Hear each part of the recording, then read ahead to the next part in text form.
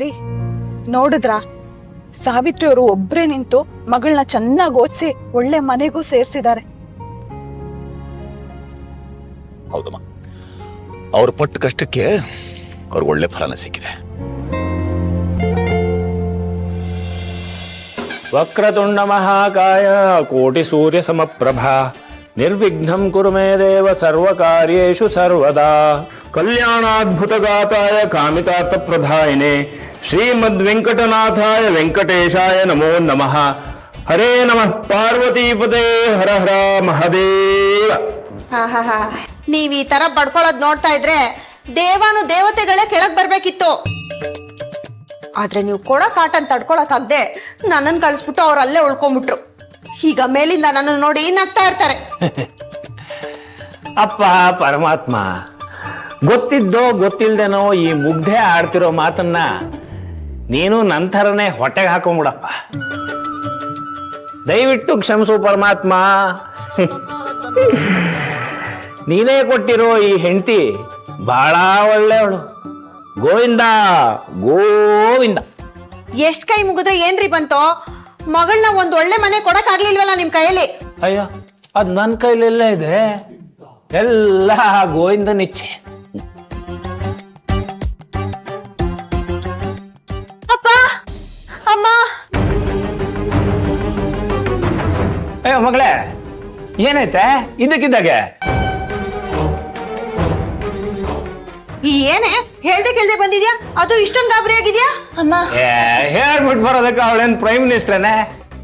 ಮನೆ ಮಗಳು ಕಣೆ, ಅವಳು ಯಾವಾಗ ಬೇಕಿದ್ರು ಬರ್ಬೋದು, ಯಾವಾಗ ಬೇಕಿದ್ರು ಹೋಗ್ಬೋದು. ಅವಳಿಗೋಸ್ಕರ ಈ ಮನೆ ಬಾಗ್ಲು ಸದಾ ತೆರೆದೇ ಇರುತ್ತೆ. ಅದು ಸರಿನೇ, ಆದ್ರೂ ಅವ್ರು ಅಲ್ಲಿ ಏನೋ ಬಾಯಿ ಬಂದಾಗ ಮಾತಾಡಿರ್ತಾರೆ. ನನ್ ಮಗಳಿದಾಳಲ್ಲ, ಸರಿಯಾಗಿ ಕೊಟ್ಟಿರ್ತಾಳೆ. ಅವ್ರು ಏನೋ ಹೇಳ್ ಕಳ್ಸಿರ್ತಾರೆ, ಅದಕ್ಕೆ ಹೀಗೆ ಗಾಬರಿಯಿಂದ ಓಡಾಡ್ಕೊಂಡ್ ಬಂದಿರ್ತಾಳೆ ಅಲ್ವೇನೋ? ಆಷಾಢದ ಮಳೆ ತರ ಒಂದೇ ಸಮ ಮಾತಾಡ್ತಾನೆ ಇದಿರಲ್ಲ. ಇದೇನ್ ಮಗಳೇ ದಿನ ಬಾಯಲ್ಲೂ ಗಾದೆ ಮಾತು? ಎಲ್ಲ ನಮ್ಮ ಅತ್ತೆ ದಯೆ. ಸರಿ ಸರಿ, ವಿಷಯ ಏನು ಅಂದ್ರೆ ಶಕ್ತಿಗೆ ಮದ್ವೆ ಗೊತ್ತಾಗಿದೆ. ಹೆಣ್ಣಿನ ಕಡೆಯವರು ಇನ್ವಿಟೇಷನ್ ಕೊಡೋದಕ್ಕೆ ಇಲ್ಲಿಗೆ ಬರ್ತಾ ಇದ್ದಾರೆ.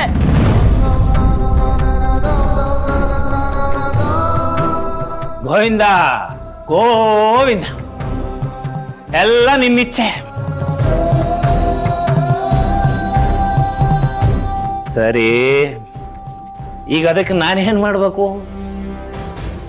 ಈಶ್ವರಿ ಅಪ್ಪನ ತರ ಗೋಳಾಡ್ಬೇಕು ಅಥವಾ ರೇಣುಕಮ್ಮನ ತರ ಬಕೆಟ್ ಹಿಡಿಬೇಕಾ?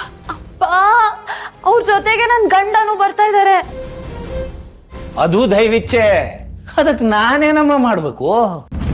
ಅಮ್ಮ ಹೇಳಮ್ಮ. ರೀ, ಅವರೆಲ್ಲ ಬಂದಾಗ ಒಟ ಒಟ ಅಂತ ಮಾತಾಡ್ದೆ ಬಾಯ್ ಮುಚ್ಕೊಂಡು ಸುಮ್ನೆ ಇರಿ ಅಂತ ಹೇಳ್ತಾ ಇದ್ದಾಳೆ.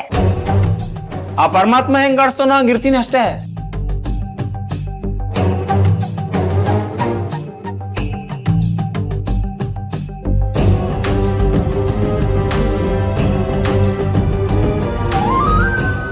ಅಯ್ಯೋ, ಕಾರ್ ಸೌಂಡ್ ಬಂತು, ಅವ್ರು ಬಂದ್ಬಿಟ್ರು ಅನ್ಸುತ್ತೆ.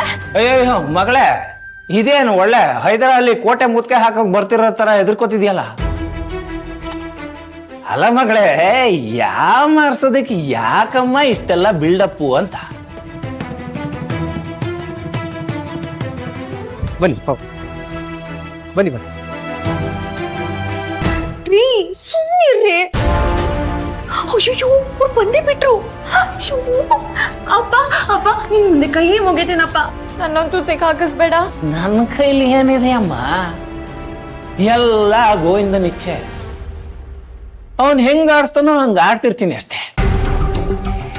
ಬನ್ನಿ ಅತ್ತೆ. ಹಾ, ನಮಸ್ತೆ ನಮಸ್ತೆ. ಬನ್ನಿ ಬನ್ನಿ, ಒಳಗ್ ಬನ್ನಿ.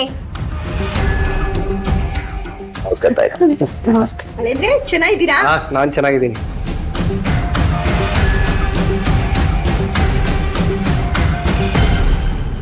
ನಮಸ್ಕಾರ. ನಮಸ್ಕಾರ. ಬನ್ನಿ ಬನ್ನಿ ಬನ್ನಿ ಬನ್ನಿ. ನಾನು ನಂದಿನಿ ಅಪ್ಪ, ಶಿವಪ್ಪ. ನಾನು ಶ್ಯಾಮ್ ಸುಂದರ, ನನ್ನ ಕುಟುಂಬ. ನಮ್ಮ ಅಮ್ಮನ ಅಣ್ಣನ ಹೆಸರು. ತಮ್ಮ ಸೋದರ ಮಾವನ ಹೆಸರು ಶ್ಯಾಮ್ ಸುಂದರನೇ? ಅಲ್ಲ, ಆ ತಾಯಿ ವಿಶಾಲಾಕ್ಷಿ ಅಣ್ಣನ ಹೆಸರು ಅಂದೆ. ಈ ಶ್ಯಾಮ ಅಂದ್ರೆ ಕೃಷ್ಣ. ಕೃಷ್ಣ ವಿಷ್ಣು ಅವತಾರ ನೋಡಿ. ಹೌದೌದು, ಅದಕ್ಕೆ ಹೇಳ್ದೆ. ಕೂತ್ಕೊಳ್ಳಿ. ನಾನು ತುಂಬಾ ದೊಡ್ಡ ದೈವ ಭಕ್ತ, ಅದಕ್ಕೆ ಎಲ್ಲಾ ದೇವ್ರನ್ನು ಮನೆ ದೇವ್ರು ಮಾಡ್ಕೊಂಡ್ಬಿಟ್ಟಿದ್ದೀನಿ. ನಮ್ಮ ಬೀಗರು ಕೂಡ ಅಷ್ಟೇನೆ, ಮಹಾನ್ ದೈವ ಭಕ್ತರು. ಅಯ್ಯೋ, ಅದ್ರಲ್ಲೇನಿದೆ ಸರ್? ಇಚ್ಛೆ ಇರೋರು ಕೈ ಮುಗಿತಾರೆ, ಲಜ್ಗೆಟ್ಟವರು ಕೈ ಮುಗಿತಾರೆ.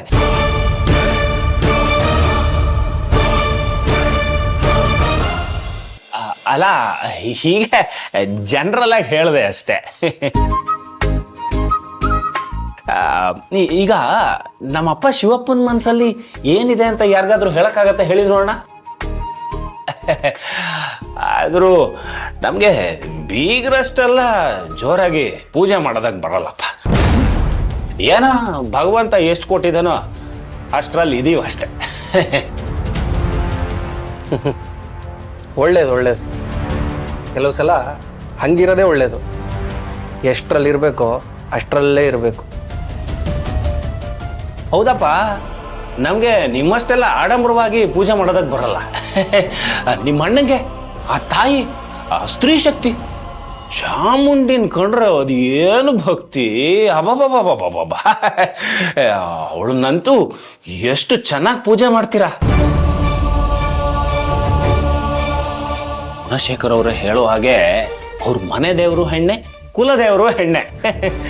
ಅದಕ್ಕೆ ಅವ್ರ ಮನೇಲಿರೋ ಹೆಣ್ಮಕ್ಳನ್ನ ಚೆನ್ನಾಗಿ ನೋಡ್ಕೋತಾರೆ, ತುಂಬಾ ಚೆನ್ನಾಗಿ ನೋಡ್ಕೋತಾರೆ.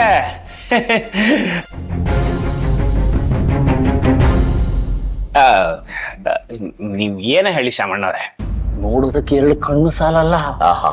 ಎಂಥ ಮಾತಾಡಿದ್ರಿ ಅಲ್ವಾಳಿ ಅಂದ್ರೆ?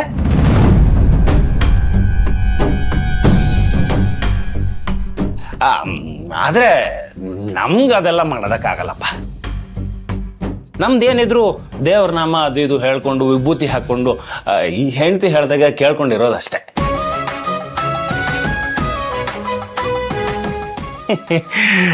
ನಾನು ಹೀಗೆ ಸ್ವಲ್ಪ ನೇರವಾಗಿ ಮಾತಾಡ್ತೀನಿ, ತಮಾಷೆ ಆಗು ಮಾತಾಡ್ತೀನಿ. ಆದ್ರೆ ಏನ್ ಮಾಡೋದು, ಕೆಲವರಿಗೆ ಅದನ್ನೆಲ್ಲ ಸಹಿಸ್ಕೊಳ್ಳೋದಕ್ಕಾಗಲ್ಲ.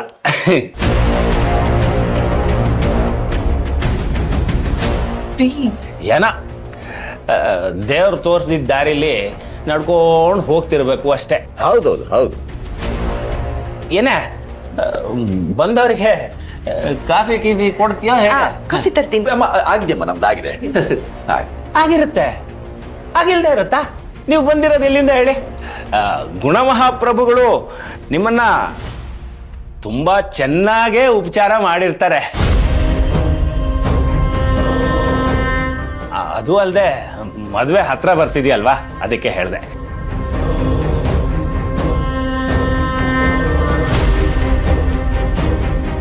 ಅರ್ಥ ಆಗ್ಲಿಲ್ಲ.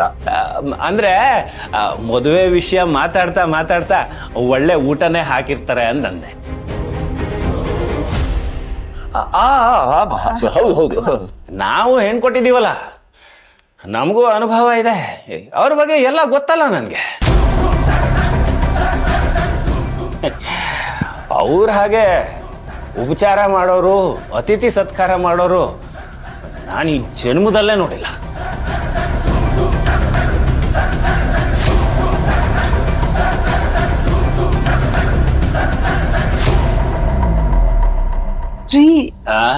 ಅಳಿಯಂದ್ರು ಯಾರೇ ಅಳಿಯಂದ್ರು?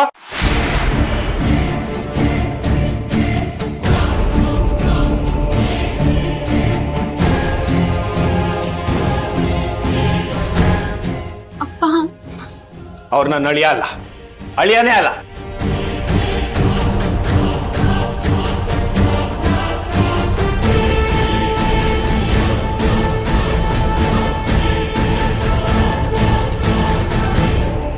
ಅವ್ರು ನನ್ನ ಅಳಿಯ ಅಲ್ಲ, ಅಳಿಯನೇ ಅಲ್ಲ.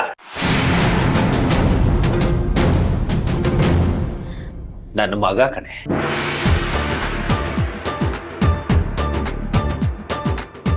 ಅವರು ನನ್ನ ಹೊಟ್ಟೆಲ್ ಹುಡ್ದೇ ಇರ್ಬೋದು, ಹಾಗಂತ ಅಳಿಯ ಅಂತ ಕರೆಯೋದಕ್ಕಾಗತ್ತ?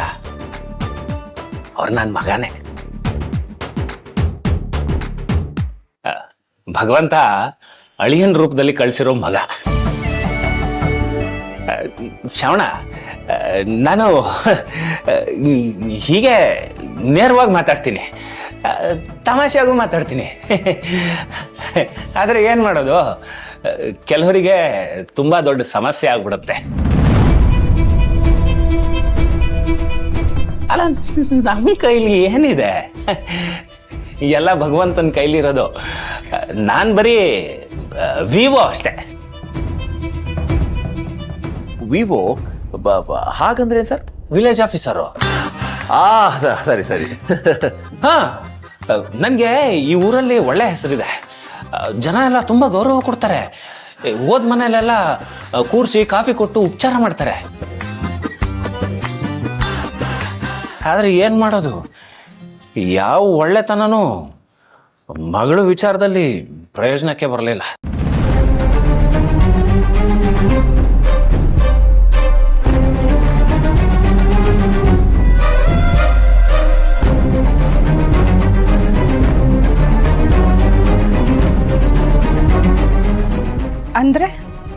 ಅಂದ್ರೆ ಮಗಳು ಯಾವಾಗ್ಲೂ ಕೆಲ್ಸದಲ್ಲಿ ಬ್ಯುಸಿ ಇರ್ತಾಳಲ್ಲ, ಜಾಸ್ತಿ ಮನೆ ಕಡೆ ಬರಕ್ ಆಗ್ತಿಲ್ಲ, ಅದಕ್ಕೆ ಬೇಜಾರ್ ಮಾಡ್ಕೊಂಡು ಹಾಗೆ ಹೇಳ್ತಿದ್ದಾರೆ ಅಷ್ಟೇ ಅಷ್ಟೇ.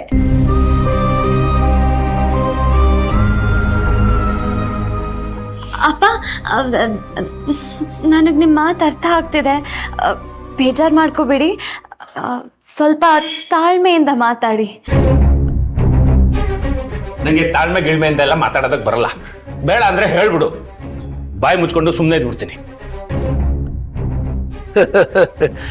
ನೀವು ಬಹಳ ತಮಾಷೆ ಮಾಡ್ತೀರಪ್ಪ.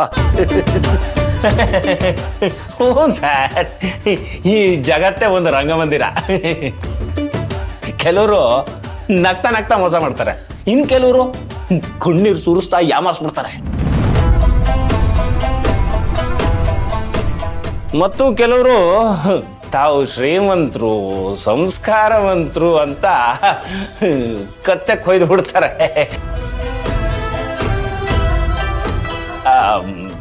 ಅಳಿ ಅಂದ್ರೆ ಬಂದವರಿಗೆ ಕಾಫಿ ಗಿಫಿ ಕೊಡೋದಕ್ಕೆ ಅಪ್ಪಣೆ ಮಾಡ್ತೀರಾ, ಅಥವಾ ಅದನ್ನು ನಿಮ್ಮ ಅಣ್ಣನ ಕೇಳ್ಬೇಕಾ? ಕೊಡ್ಬೋದು, ಕೊಡಿ. ಹೋಗಿ ಎಲ್ರಿಗೂ ಕಾಫಿ ತಗೊಂಬ. ಸ್ವಲ್ಪ ತಡ ಆದ್ರೂ ಅಳಿಯಂದ್ರು ಬೇಜಾರು ಮಾಡ್ಕೊಂಡ್ಬಿಟ್ರೆ ಕಷ್ಟ. ಸರಿ ಸರಿ. ನಂದಿನಿ, ನಿಮಿಷ.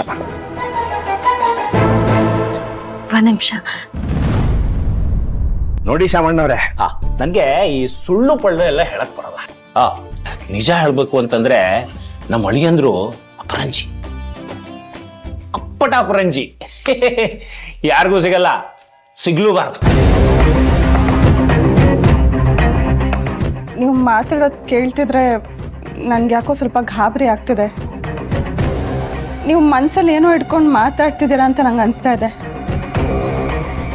ಅಣ್ಣ, ಏನೇ ಇದ್ರೂ ಅದನ್ನು ನೇರವಾಗಿ ಹೇಳಿ.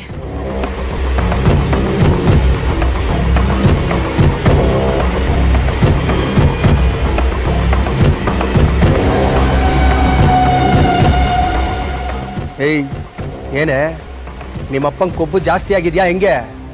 ಒಳಗಡೆ ಎಲ್ಲರೂ ಇದ್ರು ಅಂತ ಸುಮ್ಮನೆ ಇದ್ದೆ, ಇಲ್ಲ ಅಂದ್ರೆ ನಿಮ್ಮಪ್ಪನ ಕತೆ ಅಷ್ಟೇ ಇವತ್ತು. ನಮ್ಮಪ್ಪ ಏನು ತಪ್ಪು ಮಾತಾಡಿಲ್ಲ ಅಲ್ವಾ? ಅದು ಬಿಟ್ಟ ಅಂತಂದ್ರೆ ನಿಮ್ಮಪ್ಪ ಅಂತೂ ಲೂಸು, ನೀನು ಲೂಸ್ ಥರ ಮಾತಾಡ್ತೀಯಾ? ಇದ್ದೇ ಕೊನೆ. ಇನ್ನೊಂದ್ಸತಿ ನಿಮ್ಮಪ್ಪ ಏನಾದರೂ ಈ ಥರ ಮಾತಾಡ್ತು ಅಂತ ಇಟ್ಕೋ, ಮಾವ ಅಂತನೂ ನೋಡಲ್ಲ ಅಂತ ಹೋಗಿ ಹೇಳು. ಸರಿ ಸರಿ, ನಮ್ಮಪ್ಪ ಇನ್ನೇನು ಮಾತಾಡಲ್ಲ, ನೀವು ಬನ್ನಿ. ನೋಡು, ಇನ್ನು 5 ನಿಮಿಷದಲ್ಲಿ ನಾವು ಜಾಗ ಖಾಲಿ ಮಾಡ್ತಾ ಇದ್ದೀವಿ. ನಿನ್ನ ಅದೇನು ಮಾಡ್ತೀಯಾ, ಹೆಂಗೆ ಮಾಡ್ತೀಯ ನನಗೆ ಗೊತ್ತಿಲ್ಲ. ಹೋಗಿ ಹೇಳು. ನಡಿ. ಮನುಷ್ಯನ ಇಚ್ಛೆ ಒಂದಾದ್ರೆ ದೇವ್ರ ಇಚ್ಛೆ ಬೇರೆನೇ ಇರುತ್ತೆ. ಆಡ್ಸೋನು ಮೇಲಿದ್ದಾನೆ, ನಾವು ಬರೀ ಕುಣಿಯೋರು ಅಷ್ಟೇ. ಒಳ್ಳೇದಾಗೋದಾಗ್ಲಿ ಕೆಟ್ಟೋದಾಗೋದಾಗ್ಲಿ ಎಲ್ಲದಕ್ಕೂ ಅವನು ಸಿಗ್ನಲ್ ಕೊಡ್ತಿರ್ತಾನೆ.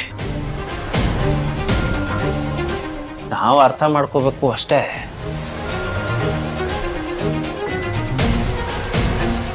ನಿಜ ಹೇಳ್ಬೇಕು ಅಂದ್ರೆ ಅದು ನಿಮ್ ಮಾತು ಕೇಳ್ತಿದ್ರೆ ಅವರು ಮಗಳು ಮದ್ವೆನೆ ಮರ್ತೋಗ್ತಾರೆ. ಅದು ಒಂದು ಸ್ವಲ್ಪ ಮನೆ ವಿಷಯ ಮಾತಾಡಬೇಕಿತ್ತು, ಸ್ವಲ್ಪ ಇಂಪಾರ್ಟೆಂಟ್ ಇತ್ತು, ಕ್ಷಮಿಸಿ. ನನ್ನ ಮಗಳು ಅಳಿಯಂದ್ರು ಯಾವಾಗಲೂ ಹೀಗೆ ಏನಾದರೂ ಇಂಪಾರ್ಟೆಂಟ್ ವಿಷಯ ಮಾತಾಡಬೇಕು ಅಂತಂದ್ರೆ ಹಿತ್ಲಿಗೆ ಹೋಗ್ಬಿಡ್ತಾರೆ.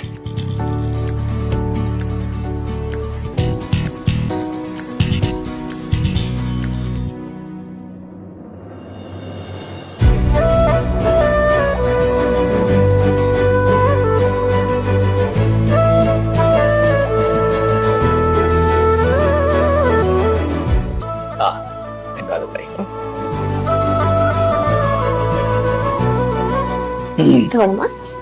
ಗ್ರೀನ್ ಟೀ ಇಲ್ವಾ?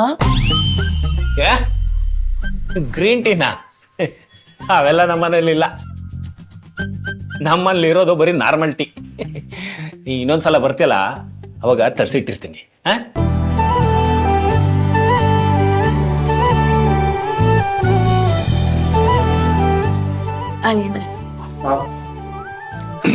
ನಂದಿನಿ, ಈ ಫೋಟೋದಲ್ಲಿ ಇರೋಲ್ಲ ನೀನೆಲ್ಲಮ್ಮ?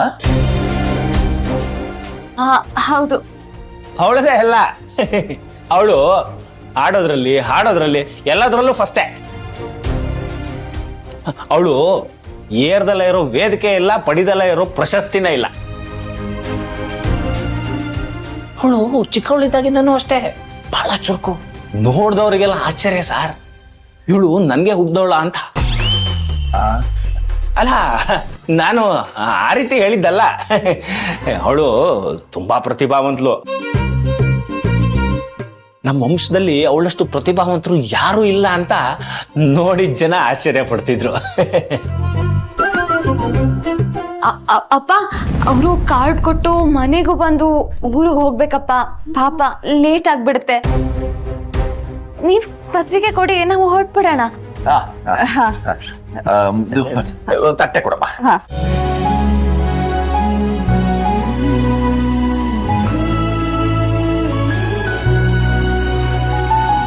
ಆಹಾ, ಇನ್ವಿಟೇಷನ್ ಕೊಡ್ಬೇಕಾದ್ರೆ ಹಣ್ಣು ಹಂಪ್ಲು ಕೊಟ್ಟು ಕರೆಯೋದು ಸಂಪ್ರದಾಯ ಪದ್ಧತಿ.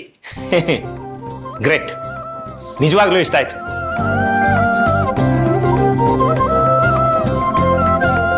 ಮಗಳ ಮದುವೆ ಕುಟುಂಬ ಸಮೇತ ತಪ್ಪದೆ ಬರಬೇಕು. ಬರ್ತೀವಿ, ಬಂದೇ ಬರ್ತೀವಿ. ನೀವು ಕರೀದಲ್ಲೇ ಹೋದ್ರು 2 ದಿನ ಮುಂಚೆನೆ ಬರ್ತೀವಿ. ನಿಮ್ಮ ಹತ್ರ ಮಾತಾಡ್ತಿದ್ರೆ ಹೊತ್ತು ಹೋಗೋದೇ ಗೊತ್ತಾಗೋದಿಲ್ಲ. ಬೆಂಗಳೂರು ಬಂದಾಗ ಅವಶ್ಯ ನಮ್ಮ ಮನೆಗೆ ಬನ್ನಿ. ಬಂದಾಗ ನಾವು ನಿಧಾನ ಕೂತ್ ಮಾತಾಡೋಣ. ನನಗೆ ಬೆಂಗಳೂರಲ್ಲಿ ಯಾವ ಕೆಲಸನೂ ಇಲ್ಲ, ಆದ್ರೆ ನಿಮ್ಮನ್ನ ಭೇಟಿ ಆಗೋದಕ್ಕೆ ಬಂದೇ ಬರ್ತೀನಿ. ತಪ್ಪದೇ ಬರ್ತೀನಿ. ಆಶಾ. ಹಾ, ನವೀನ್ ಹೊರಡ್ತೀವಿ. ಎಲ್ರನ್ನು ಹುಷಾರಾಗಿ ಕರ್ಕೊಂಡು ಹೋಗು. ಹಾ, ಏನಮ್ಮ ಕಲೆಕ್ಟರ್ ಓದ್ತಿದ್ಯಂತೆ, ಚೆನ್ನಾಗಿ ಓದು. ಹಾ ಅಂಕಲ್, ಓದ್ತಿದ್ದೀನಿ. ನೀನ್ ಕಲೆಕ್ಟರ್ ಆಗೇ ಆಗ್ತೀಯ. ಆ ದೇವರ ಆಶೀರ್ವಾದ ನಿನ್ ಮೇಲೆ ಇದ್ದೇ ಇದೆ. Thank you uncle. ಅಪ್ಪ, ಅವಳು ಓದ್ತಾಳಪ್ಪ. ಅಮ್ಮ, ನಾವು ಹೊರಡ್ತೀವಿ. ಸರಿ ಬನ್ನಿ. ಮಾಧುರಿ ಬಾಮ್ಮ. ಸರಿ, ಹೊರಡ್ತೀವಿ. ನಮಸ್ತೆ. ಬರ್ತೀವಿ. ಹೀಗೆ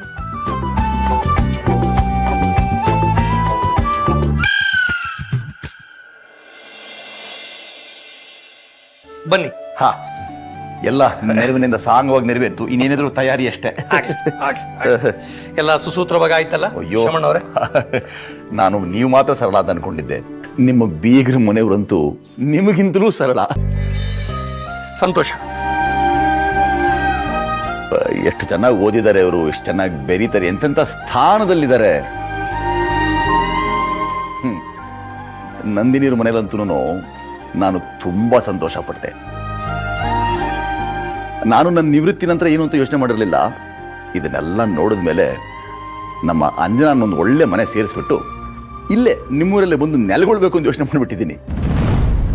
ಮೊದಲು ನೀವು ಆ ಕೆಲಸ ಮಾಡಿ ಶಾಮಣ್ಣ, ನಾನು ನೋಡ್ಕೋತೀನಿ. ಹೌದೌದು. ರೀ, ಬಸ್ಸಿಗೆ ಲೇಟ್ ಆಗ್ತಿದೆ. ಓ, ನಾವು ಬರ್ತೀವಿ. ಬಸ್ಸಿನ ಬಗ್ಗೆ ನೀವೇನೂ ಚಿಂತೆ ಮಾಡಬೇಡಿ, ಎಲ್ಲ ನಮ್ಗೆ ಗೊತ್ತಿರೋರೇ ಇರೋದು. ನಾವೊಂದು ಮಾತು ಹೇಳಿದ್ರೆ ಸಾಕು, ಒಂದು ಹೆಜ್ಜೆ ಮುಂದೆ ಹೋಗಲ್ಲ ಅವನು. ನೋಡಿದ್ರ ನಿಮ್ಮ ಅಳಿಯನ್ನ ಹೆಂಗ್ ಬದಲಾಗ್ಬಿಟ್ಟಿದ್ದಾನೆ? ಎಲ್ಲ ನಿಮ್ಮ ಮಗಳ ಪ್ರಭಾವ. ಸ್ವಲ್ಪನೇ ಬದಲಾಗ್ತಿದ್ದಾನೆ. ಪೂರ್ತಿ ಬದಲಾಗೋದಕ್ಕಿಂತ ಮುಂಚೆ ಮದುವೆ ಮಾಡಿಬಿಡ್ಬೇಕು ನಾವು. ರೀ ಸೀರೆ ವಿಷಯ ಹಾಂ ಹಾಂ, ಈ ಎಲ್ಲ ಸಂತೋಷದ ನಡುವೆ ಒಂದು ಮುಖ್ಯವಾದ ವಿಚಾರ ಮಾತಾಡೋದೇ ಮರ್ತ್ಬಿಟ್ಟೆ. ಮುಂದಿನ ಬುಧವಾರ ದಿನ ಚೆನ್ನಾಗಿದೆಯಂತೆ, ಆ ದಿನವೇ ನಾವು ಸೀರೆ ತಗೊಂಡ್ಬಿಡೋಣ ಅಂತ, ಏನಂತೀರಿ? ಹಾಂ, ನಾನು ಈ ವಿಷಯದ ಬಗ್ಗೆನೇ ಮಾತಾಡ್ಕೊಳ್ಳೋಣ ಅಂತ ಅಂದ್ಕೊಂಡೆ ಶ್ರಾವಣ್ಣವರೇ. ಅಯ್ಯೋ ಹೇಳಿ ಸರ್. ನಾನು ಒಂದು ಕೆಲಸದ ಮೇಲೆ ಬೆಂಗಳೂರಿಗೆ ಬರೋನಿದ್ದೀನಿ, ಮಂಗಳವಾರನ ಬುಧವಾರನ ಹಾಂ, ಯಾವುದೋ ಒಂದು ದಿನ. ಈ 2 ದಿನದಲ್ಲಿ ಯಾವ ದಿನ ಚೆನ್ನಾಗಿದೆ ಅಂತ ಹೇಳಿ ಸೀರೆ ತಗೊಳ್ಳೋಕೆ, ಆವತ್ತೇ ತಗೊಳ್ಳೋಣ. ಆಯ್ತು. ರೀ ಅಮ್ಮನಿಗೂ ಒಂದು ಮಾತು ಹೇಳ್ಬಿಡೋಣ. ಹಾಂ, ಅಯ್ಯೋ ಪರವಾಗಿಲ್ಲ ಬಿಡಿ, ಅಮ್ಮ ಊಟ ಮಾಡಿಕೊಂಡು ಮಾತ್ರ ತಗೊಂಡು ಮಲಗಿರ್ತಾರೆ, ನಾನು ಹೇಳ್ತೀನಿ ಬಿಡಿ, ಪರವಾಗಿಲ್ಲ. ಆಯಿತು, ಸರಿ ಸರ್, ನಾವೇನು ಬರ್ತೀವಿ. ಆಗಲಿ ಬನ್ನಿ. ಶಕ್ತಿ, ಇವ್ರನ್ನ ಹೋಗ್ಬಿಟ್ಟು ಬಸ್ ಹತ್ತಿಸ್ಬಿಟ್ಟು ಬಾ. ಸರಿ. ಹುಷಾರಾಗೋಗಿ ಬನ್ನಿ. ಶಕ್ತಿ ಹುಷಾರು.